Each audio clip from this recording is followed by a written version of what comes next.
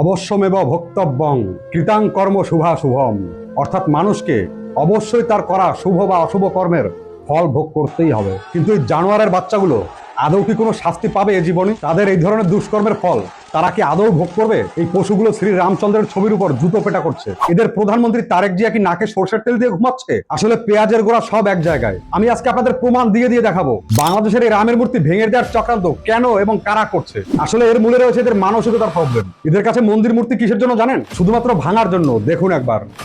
মন্দির হবে ভাঙার জন্য, মূর্তি হবে ভাঙার জন্য। বাংলাদেশ মুসলমান রাষ্ট্রের মধ্যে কোনো মূর্তি থাকতে পারবে না। বাংলাদেশ নাকি ধর্মনিরপেক্ষ দেশ, সেখানে সর্বসমক্ষে দাঁড়িয়ে মাইক ধরে যদি এরকম কথা বলে তার বিরুদ্ধে কেন অ্যাকশন নেওয়া হচ্ছে না? কারণ একটাই, এই দেশের সবগুলোর মধ্যে রয়েছে হিন্দু বিদ্বেষ। সেটা ওরা নিজেরাই বলছে। দেখুন একবার। আপনার গোশতের মধ্যে ঢুকে আছে মূর্তি ভাঙা নীতি, আপনার রক্তের মধ্যে ঢুকে আছে মূর্তি ভাঙা নীতি। আপনি মূর্তি ভাঙা জাতি, আপনি মূর্তি ভাঙা সম্প্রদায়, আপনি মূর্তির উপরে লাথি মারা সম্প্রদায়, আপনি মূর্তিকে মূল্যায়ন করেন কি করে? ভাবা যায় যে হুজুর এরকম হিন্দু বিদ্বেষের কথা বলে, হিন্দুদের আস্থাকে লাথি মারার কথা বলে, তাদের কাছে দোয়া নিতে যায় বাংলাদেশের প্রধানমন্ত্রী তারেক জিয়া। তাহলে ভাবুন তো সেই দেশে কিভাবে রামের মূর্তি নির্বিঘ্নে তৈরি হবে? তার মানে বাংলাদেশের প্রধানমন্ত্রী এই হিন্দু নির্যাতন সমর্থন করছে। এই বাংলাদেশের মাটিতে দাঁড়িয়ে বড় বড় হুজুররা বক্তৃতায় বলে অমুসলিম কাউকে বন্ধুও ভাবা যাবে না। দেখুন সেই ভিডিও। ইসলাম কোনো অমুসলিমকে অন্তরঙ্গ বন্ধুরূপে গ্রহণ করার অনুমোদন দেয় না। এই প্রসঙ্গে কোরআনে কারীম আল্লাহ সুবহানাহু ওয়া তাআলা বলেছেন, লা ইয়াত্তাখিযুল মুমিনুনা আল কাফিরিনা আউলিয়া মিন দুনিল মুমিনিন।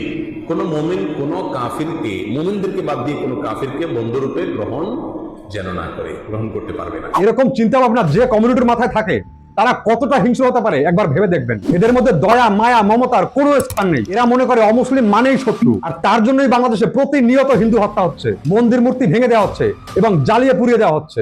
এরা চায় পৃথিবীর সবাই যেন একমাত্র আল্লাহর ইবাদত করে, অন্য কোনো ধর্মের আস্থা এবং অস্তিত্ব যেন না থাকে। নিজের চোখেই দেখুন এদের সেই মেন্টালিটি।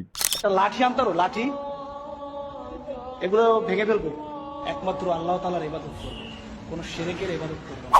এদের ম্যাক্সিমাম হুজুরের কাছে এই একই ধরনের বক্তব্য আপনারা শুনতে পাবেন, অথচ যারা শ্রী রামচন্দ্রের মূর্তি তৈরি করছে উল্টে তাদের বলছে উগ্র হিন্দুত্ববাদী। আচ্ছা, আপনারা একটা উদাহরণ দেখাতে পারবেন যেখানে কোনো হিন্দুদের ধর্মগুরু মন্দির থেকে মাইকিং করে অথবা এদের মতো প্রেস কনফারেন্স করে কেউ মুসলিম নিধন অথবা মসজিদ ধ্বংস করার কথা বলছেন? বাংলাদেশে সেটা তো সম্ভবই নয়। ভারতে হিন্দুরা সংখ্যাগুরু হওয়া সত্ত্বেও এরকম একটা উদাহরণ আপনি কোথাও দেখাতে পারবেন না। কারণ কি জানেন?